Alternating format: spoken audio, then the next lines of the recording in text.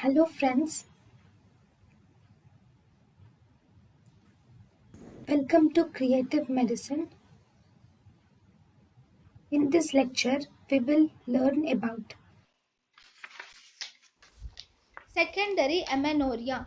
Secondary amenorrhea. Here, amenorrhea is present for more than 90 days in a previously normally menstruating woman, or if it is present for less than 9 cycles in a female with oligomenorrhea, it is said to be secondary amenorrhea.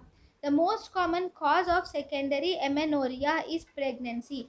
Most common pathological cause of secondary amenorrhea is polycystic ovarian disease.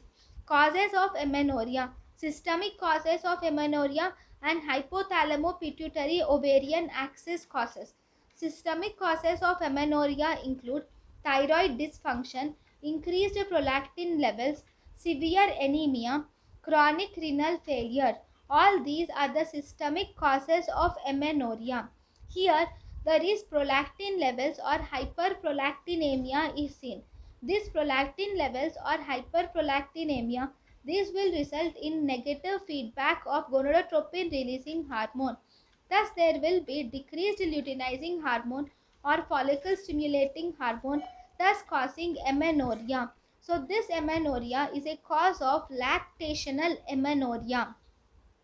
Here in this amenorrhea, the prolactin levels, if they are more than or equal to 50 nanogram per deciliter, then you can do MRI. And in MRI, you will have to rule out the prolactinoma. If the prolactin levels are less than or equal to 50 nanogram per deciliter, then you can follow up the patient.